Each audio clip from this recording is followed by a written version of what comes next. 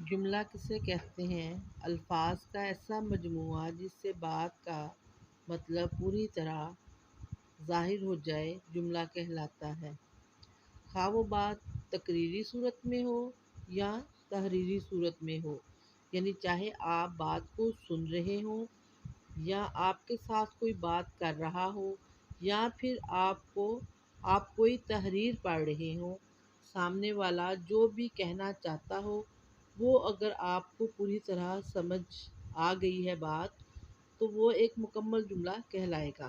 جملے کی مختلف اقسام ہیں جن میں سے آج ہم 3 کے بارے میں پڑھیں گے: اقراریہ جملے، انکاریہ جملے، استفہامیہ جملے۔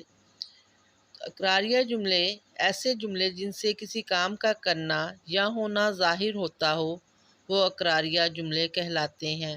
مثلاً علی اسکول گیا، میں نے کھانا کھا لیا ہے، امی بازار گئی ہیں۔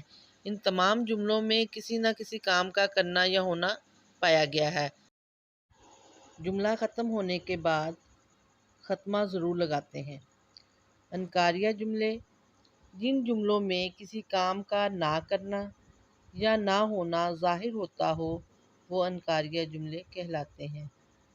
مثلاً علی اسکول نہیں گیا، تو یہ اس میں نہیں سے پتہ چل رہا ہے کہ یہ انکاریہ جملے اور اس کے بعد بھی خاتمہ ضرور لگتا ہے۔ میں نے کھانا نہیں کھایا، اس میں بھی نہیں کا ذکر ہے، یہ انکاریہ جملہ ہے۔ امی بازار نہیں گئیں، آخر پہ خاتمہ لگے گا اور یہ بھی انکاریہ جملہ ہے۔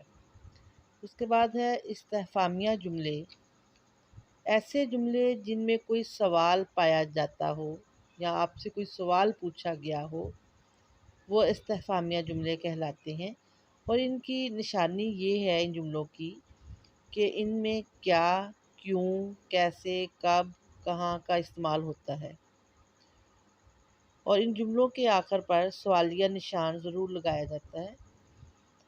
مثلاً کیا علی اسکول نہیں گیا؟ کیا سے پتہ چل رہا ہے کہ یہ جملہ استفہامیہ ہے اور استفہامیہ جملے کے آخر پر سوالیہ نشان ضرور لگتا ہے۔ تم کہاں رہتے ہو؟ تو اس میں بھی سوال پوچھا گیا ہے اور کہاں سے پتہ چل رہا ہے کہ یہ استفہامیہ جملہ ہے اور اس کے آخر پر سوالیہ نشان لگائیں گے۔ اگلا جملہ ہے ابو گھر کب آئیں گے؟